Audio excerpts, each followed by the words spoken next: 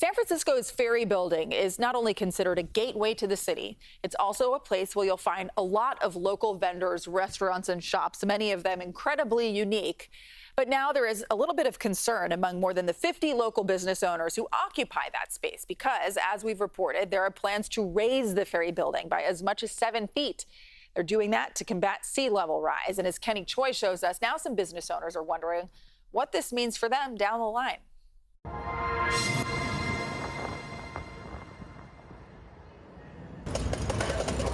Inside the kitchen of the famed restaurant Boulette's Larder, Chef Amaryl Schwartner preps a Japanese-inspired seafood egg custard.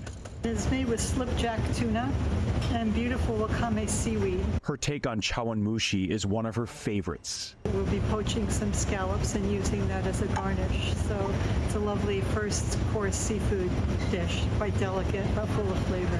Schwartner and Lori Regis are co-owners who established the fine dining restaurant 20 years ago. Foot traffic inside the Ferry Building has improved since COVID. The economic climate is better, but much is still missing. There are still too many vacant spaces that are large holes. Those large holes, Lori says, are other high-end eating establishments that have closed their doors one by one. The building has lost something, over the years that is difficult to, bring back. Small businesses like Boulette's Larder are battling to thrive again, while city, state, and federal agencies are entrenched to preserve the historic Ferry Building for generations to come.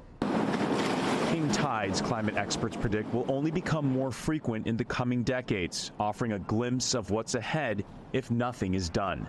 Eventually, it's going to become not just a splash, but actually, significant amounts of water coming over and filling that entire area there at the bottom of Market Street. Brian Harper of the U.S. Army Corps of Engineers is spearheading the federal effort to save San Francisco's 7.5-mile shoreline along the Embarcadero. What we envision is bringing up the grade of the shoreline, so essentially bringing up the ground level along that stretch of the Embarcadero.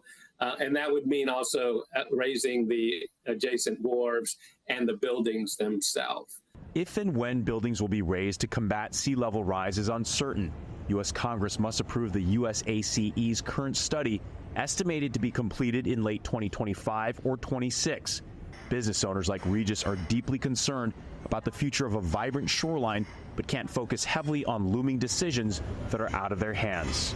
We can't really worry about that at this moment because, there isn't going to be a shovel hitting the ground anytime soon. Harper says the short-term fix is to construct a small-scale barrier rather than decades of design and construction to raise buildings along the Embarcadero. We want to postpone that as far into the future as we can by managing the risk through lower level, less intrusive project actions first. A small-scale land barrier would address a 1-foot rise in sea level and localized flooding, which would disrupt transit and the BART station nearby.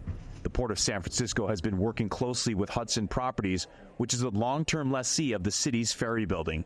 They've asked me, when does it happen? When do the shovels hit the ground? When does the construction tape go up? We're working with them so they can have better sight to that. As multiple agencies and parties collaborate on long-term fixes that will last decades, operators will eventually have to make some hard decisions about whether the Ferry Building and its surroundings are economically viable during construction. For the immediate future, business owners like Schwartner and Regis are in need of policy changes to give them a chance. The city could help us a lot by some of the policies around taxation and health care and minimum wage. The rapidly changing landscape of new retailers inside the Ferry Building isn't helping. We don't know who our neighbors are and what it's going to feel like. So it does keep us a little bit uncertain about our future. That's the predicament for Regis, while a larger climate-driven problem looms in the not-so-distant future.